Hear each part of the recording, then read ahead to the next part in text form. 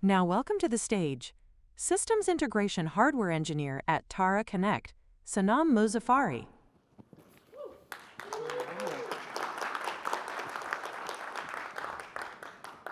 Hello everyone. It's nice to join and see this great group of exciting, good energy. My name is, again, Sanam Mozaffari, and I'm excited to share with you a little bit of what we've been working on.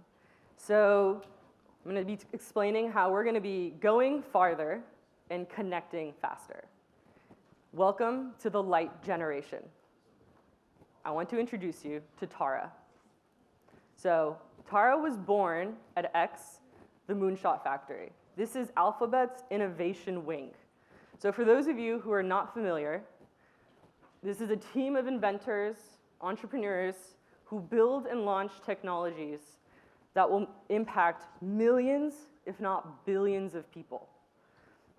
They are best known for their projects, as shown in the images, the autonomous vehicles, Waymo, now driving around in San Francisco. Verily, the biomedical innovation wing. Loon, the stratospheric balloons, which bring connectivity for disaster relief. And Wing, this is a drone delivery service now launched and running in Arizona as well. So X has had a tremendous success in the past decade. They've launched over 30 graduated projects and even more spun out companies. And all of this was dedicated to radical long-term solutions to the world's biggest problems. And so I'm excited to share with you the connectivity moonshot, Taara. So what if everyone had access to abundant and affordable internet? While it may seem like an audacious question, you're not the first to ask. This is something that we've been working on within X, the moonshot factory, for over 8 years. We've been working on developing, implementing the technology that channels the power of light to turn something that once seemed out of reach into an actual reality. So globally, we are facing a thorny connectivity challenge. Let's take a look. So no matter where you are in the world, the demand for data is growing. However, where you are in the world determines your access to broadband infrastructure. So for most of the developed countries, the broadband infrastructure has been able to reach most of the population. But for the emerging markets or the emerging regions, they're not able to continue with that growth rate. And they're underserved and incredibly slow and not able to get that connectivity. This leaves a huge disparity. And this kind of disparity over long periods of time creates inequality. Inequality for education, for healthcare, commerce, and collectively, we refer to this divide as the digital divide. So within the current infrastructure, connectivity that is slow, unstable, and outdated is hindering access. And there's a whole other series of millions of people out there that just don't have connectivity. Fiber was too expensive to install and maintain, and they weren't able to actually get it across due to geographical challenges. So the scalability of internet access across many parts of the world is not quite met yet. So immediate solution is just take our current broadband infrastructure solutions and try to use this for the unmet need. But the problem is this isn't going to scale. The interference due to the amount of towers is not going to let us get to the capacity that the world needs right now. The state of the art is fiber infrastructure. But this is what fiber infrastructure looks like in India, in most emerging markets. You see there's a loop of fiber. This is inherently put there on purpose because they know that they're going to get a fiber cut, and they need to extend this to meet the need. And so although it is the gold standard for connectivity, it's extremely difficult. And it's just practically impossible to run fiber everywhere. These connectivity challenges stem from a critical bottleneck occurring on the electromagnetic spectrum. So, as our demand for wireless communication skyrockets, traditional RF bands become saturated, congested, and they're just running out of bandwidth to support the needs that we have. And so it's making it harder to support any 5G expansion and keeping up with emerging technologies like AI and machine learning. But what if we can leapfrog over this wall? What if we can leapfrog to the optical domain? And so fiber is already doing this. Fiber can transmit at very high speeds. But the problem is the wiring, the cabling, the trenching, the challenges associated, and the right-of-way licensing, the cost, environmental disruptions that come up, all of this leave it with a huge need in the market. And so this is where Taara Lightbridge, this is our first product that uses light beams to extend, amplify global communication network.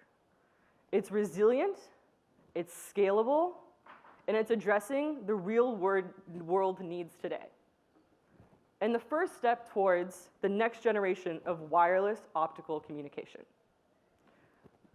So, how does Lightbridge work? We're looking at 2 terminals that can send data across each other, 20 gigabits per second, and you can send these 2 terminals 20 kilometers apart.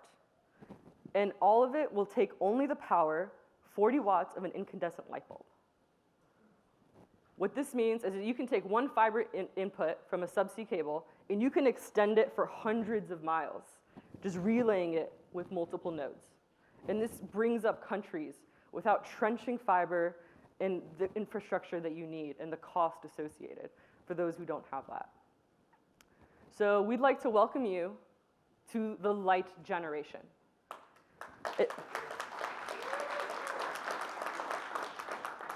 At Taara, we are ushering a new generation of technology.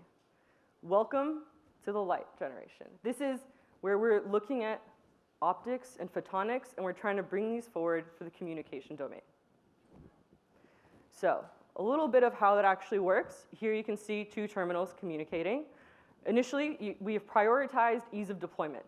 So there's a robustness of our system with 2 active steering mirrors inside.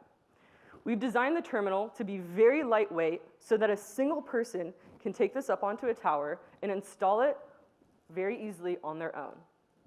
Once you've roughly positioned the terminal to be pointing in the direction you'd like, you go ahead and start an automated scan. So the coarse pointing mirror will do a full scan and find the alignment to the other terminal for you. Once the link is up and running, we have a fine steering mirror inside of the module that is able to compensate for high frequency, small angle compensation, such as atmospheric scintillations or vibrations from a generator nearby.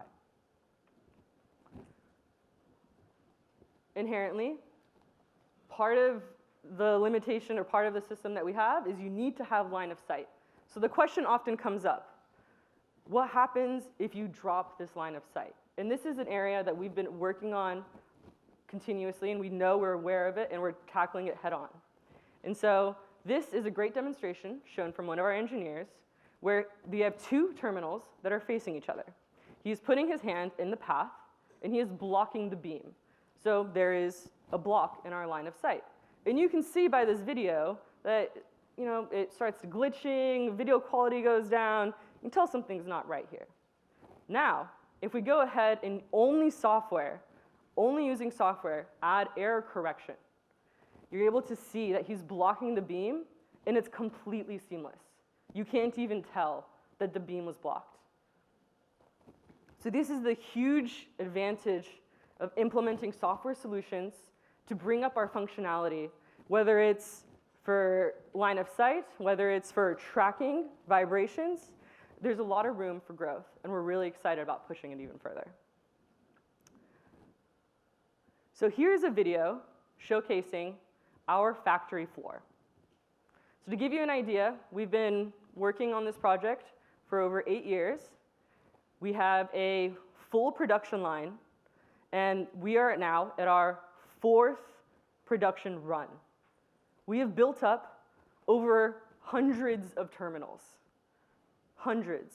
And we're really excited to keep pushing in this area. So the work that we're doing now is trying to push on the manufacturing, making it cheaper, making it more available, making the whole production line faster, optimized. And again, as we mentioned, we're increasing the software tools, not only just for the build and assisting the engineers who are putting it together, but also for increased availability. This includes, as you saw, error correction. This also includes mesh networking, so you can have stability, you can increase your availability. And so this gives you a light of where we're going. We are already in production, mass production, and we're really excited about what we're able to do with these devices. So now that we have an idea of the device that we have, the problem, and the situation, let's take a look at some of the use cases. And so here's an animation that's going to go over the use cases thus far. And so this is what we are reimagining using light for connectivity. You have a subsea fiber cable coming into a city. You have building rooftops. You have distant towers. And the idea is that you want to connect everything. Simple solution, a rooftop tower terminal can extend fiber to a rural community and extend it within that region and continue down. You can also go from that rooftop to an island. And once you've transmitted and got connectivity on the island, you can bring up the whole island. You can also go and traverse difficult terrain, whether this is railroads, this is like natural forest, this is a river. And so there's a lot of challenging areas where you can't actually trench fiber and do the things that you want. And this enables a different path to get that high capacity connectivity. Additionally, we can do a backhaul for fiber. So if a fiber is cut, and this happens pretty often in emerging countries, is you can actually have a backhaul. So if a fiber is cut, you're up and running, there is no loss in signal. And you can also deliver to dense urban areas where there's temporary vendors, so events. And another thing that we're currently really big on and working on and really excited about is going to be creating a resilient mesh network. Inherently, an issue that we're facing is availability and how to increase the availability. And so if we create a bunch of dense nodes, we can increase our availability and be sure that we're getting connectivity to everyone. So this gives you a little bit of flavor of all of the things that we are really excited about and we are reimagining. So we have already launched in over dozens of countries. We have already launched hundreds of terminals are already out there. And so the next big thing is where are we going to go? Or I want to show a little bit of the use cases of some of the scenarios that we've already done. And we've already done a lot, but I'm just going to pick a few. But it's often said that if you want to go fast, you go alone. If you want to go far, you go together. At Taara, that is exactly what we're doing. We're going to push farther into the future with working with like-minded partners. And so this is a list of all of the partners that we've been working with for the past 8 years. So this is from broadband ISPs, MNOs, fiber providers, companies and organizations who believe in shrugging off the status quo and chasing a bold, forward-thinking solution. For Taara, it isn't enough just to prove that our technology works. What we're excited about is taking light as far as it can go. But before we talk about where we're going to go in the future, that'll come up, but I first want to help understand a little bit of what we've done, a little bit of those case studies to get a little bit of more idea, like pictures in the field, what are we doing, are we making an impact, do people need what we're selling? So this is a case study we did in Africa. We partnered with Liquid Intelligence Technologies. And so our main goal here was to traverse the Congo River. The Congo River is actually the deepest river in the world and the second fastest. Because of this, you can't just trench fiber across, or you can't lay a cable across. The only way to get fiber across to the other part of the island from Brazzaville to Kinshasa is to actually reroute all the way around hundreds of kilometers to get connectivity to that side. And so right now, it's 5 times the cost for connectivity in Kinshasa compared to Brazzaville. And so that disparity is striking. And so we successfully were able to use the Lightbridge product and connect Brazzaville and Kinshasa across the Congo River, which has never been done before.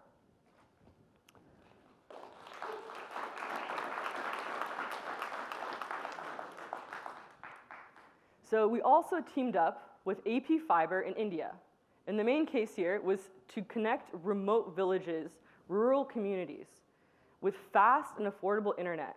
But you can actually extend this for hundreds of kilometers without the hassle of trenching. And so this becomes an actual feasible solution if you want to bring up a whole entire country online with hundreds of kilometers without that huge capital investment. In partnership with Liberty Networks in the Caribbean, Taara's technology was able to provide a resilient, high-speed connectivity for customers in Anguilla. And the main concern here was that Anguilla actually had a subsea cable repair going on. And so they needed to have an alternate path for connectivity, and they wanted that high capacity. And that was something that we were able to deliver successfully in this island state region. We also, again, in Africa, in POA pipeline, with POA in Pipeline, Kenya, we were able to deploy multiple links in different configurations. And this is pushing on the mesh network to augment the existing fiber and actually to help boost it up a little bit. So it's not like they're choosing one or the other, but we're nicely marrying the two and extending the capabilities of the fiber infrastructure that they already have. And so this is really exciting work to start creating dense mesh networks, bring up our availability numbers so that we are comparable to fiber in that sense. We also, in the US, were able to partner with T-Mobile. And so this is some really exciting work in our own country. And Taara was enabled to work with T-Mobile to provide 5G connectivity for hosting hundreds of thousands of attendees for festivals. And so the image on the left, is going to be the New Mexico Albuquerque International Balloon Festival. You can see the terminal with the beautiful balloons in the background. And the image on the other image is going to be the Coachella Music Festival, where we actually were able to provide backhaul from, you can kind of see these are fake palm trees with all the towers and all the different components on there. And I just want to highlight, there is a small yellow circle on one of the palm trees that shows our terminal. And this gives you an idea of the size of our terminal compared to the amount of infrastructure you need for the current broadband infrastructure. And so this is really exciting to be able to partner with them and provide reliable signal, 5G signal. And this is a really exciting one. So we had the opportunity to help support a quick deployment locally. And so I'm not sure if everyone's familiar, but this is actually the buildings just down the street at Google. We have not published this because it's a case study. We're just supporting them, and we have not published anything online yet. But this was a big moment for Taara. This is a big moment because we are able to actually contribute to the Alphabet ecosystem. And so it's really exciting to be able to see the magic happen in your own home.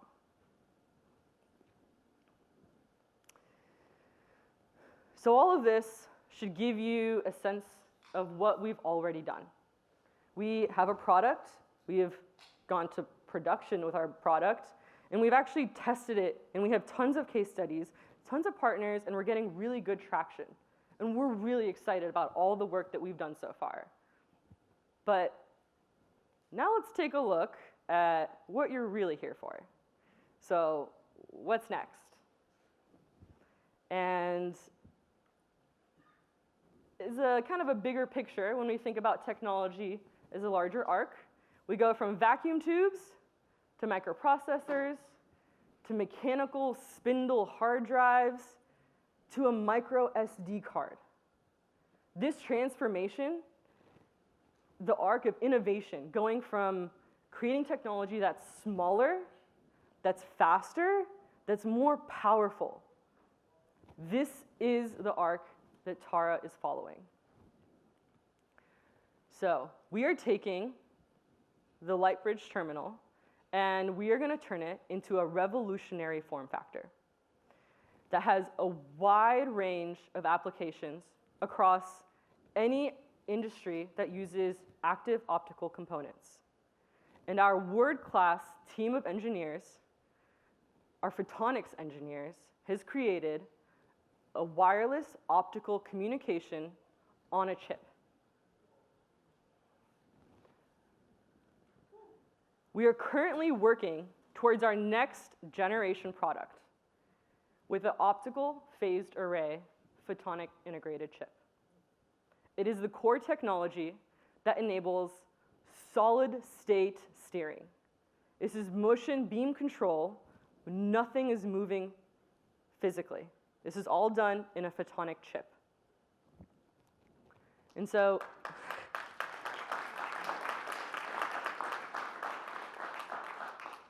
we have delivered multiple prototypes in the past 4 years.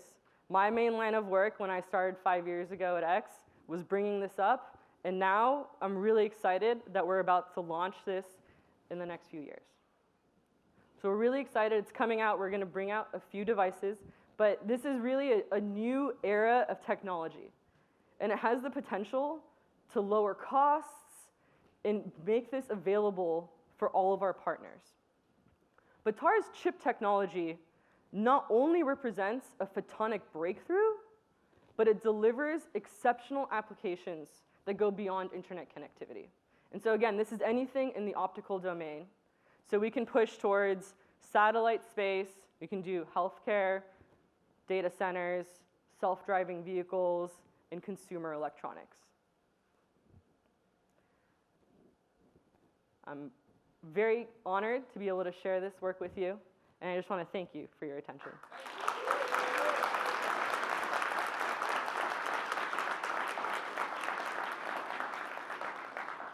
As a last note, we have graduated from Google X, the Moonshot Factory, just a few months ago, and we're growing fast, and we're also hiring. So please reach out, learn more, collaborate. We're excited to work together. Thank you.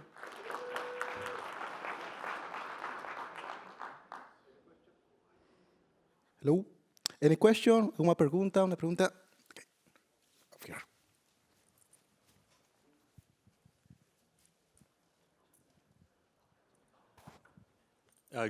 Great talk, very exciting work you guys have been doing. Have you done any work with purely optical neural networks in kind of that domain?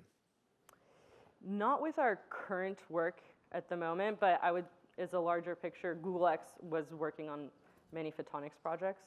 That's all I could say. Thanks. Thank you very much. This is very inspiring. What do you, when I saw some of your examples or case studies, how does the weather affect the effectiveness or even just the physical, how intact it is physically? Does water get in when there's raining, or how does that work? Definitely. No, that's a great question. Weather is always going to be a problem for free space communications, but we have put in a bunch of tools to kind of address that. So first off, on the unit itself, completely waterproof. We had no issues. We've been testing this out in the field for many years. It works fine. I think the issues that we've seen was I think a monkey was hanging on it and moving the alignment. So we have a little bit more external disturbances maybe. And that's also why we have the steering mirrors to help compensate. But to your point of line of sight is very important. So it's kind of like when you can see, you need to be able to almost see the other unit. And so there's different levels of availability that we kind of premise. And so there's a lot of different tools to tackle how to go about that. One of the things that I mentioned was a mesh network. And so usually weather is a spatially limited phenomenon, and you can actually kind of go around it. But in the end of the day, it's a line of sight concept, so you can bring the terminals in closer together if you know that your region is a little bit more, is going to have a bit more fog, or you're anticipating those issues. And so we're also creating a tool. It's actually an amazing tool that is able to kind of look at the statistics of different regions and let you know where is a good place to deploy. And so it kind of looks at the weather patterns, and it looks at the availabilities from I think, pilots or air traffic control. And so you can get a little bit more statistics and understand, like, how am I going to build my network to make sure that I'm constantly available and online. But to your point, it is something that we know it's an issue, and we're tackling it head on. Thank you so much for your talk. I'm Sam. I'm a Earth Engine GD. I had two questions. One was, do you optimize where you put these, and how are you doing the optimizations? Because line of sight, like you said, you're probably looking for the same thing, clearance, and how exactly are you doing that? And the second question was related to a field question that I got from someone. So I work with emergency responders quite often, and these are people who will go in terrains that don't have internet access. And they asked me, because I was actually mentioning Taara to them, and I showed them, and I didn't know that this talk was going to happen. And I said, they asked me if you could deploy this attached to a drone or a balloon. And I said, guess what? They actually came from a balloon technology. But the question was, if you could deploy it on a drone that hovers, could you get on-ground reception so that they could then have conversations in extremely complex terrains? That would be very interesting to know. Thank you so much. Yeah, of course. And I think the first part of your question almost like perfectly piggybacked on her question of, that's a huge area that we work on. So the deployment team looks into the landscapes and has to make sure that we're at the right terrains, that we have that line of sight.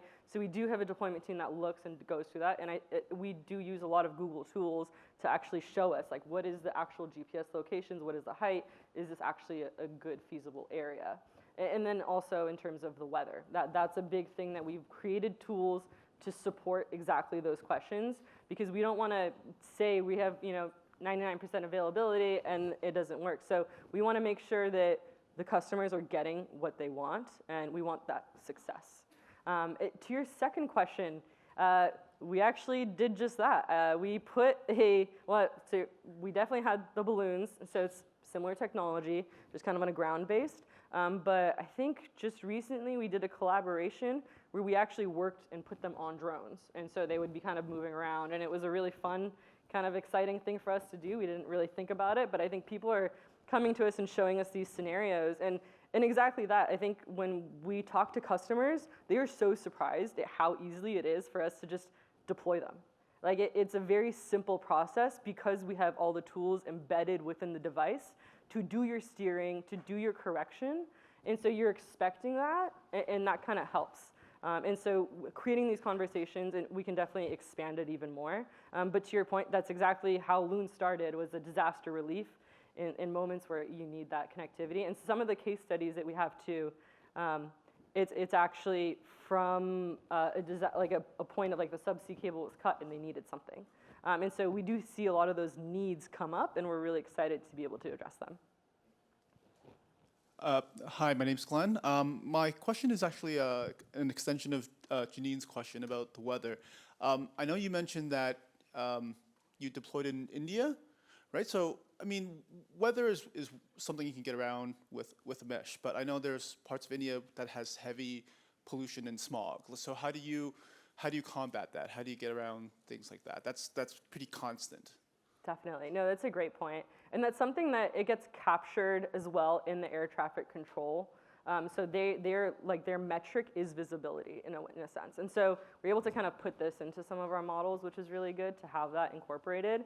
I think the biggest kind of hindrance is going to be if it's super polluted in the place that you kind of are expecting it, the link distances might just come closer together. And so we don't necessarily advertise or tell people, but we've done studies in the Bay where we're doing 60-kilometer links.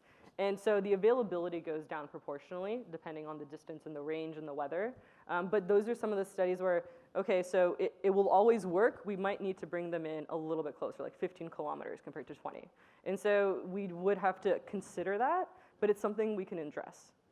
And I think that is kind of the big factor in us moving forward is really uptake in the market is cost. And so we're trying to bring the cost as low as possible. And a big thing is, if we have a low cost, we can put up a bunch of nodes, distance isn't going to be as detrimental. Yeah. Awesome. Thank you so much, Sanam. Can we get another round of applause, please?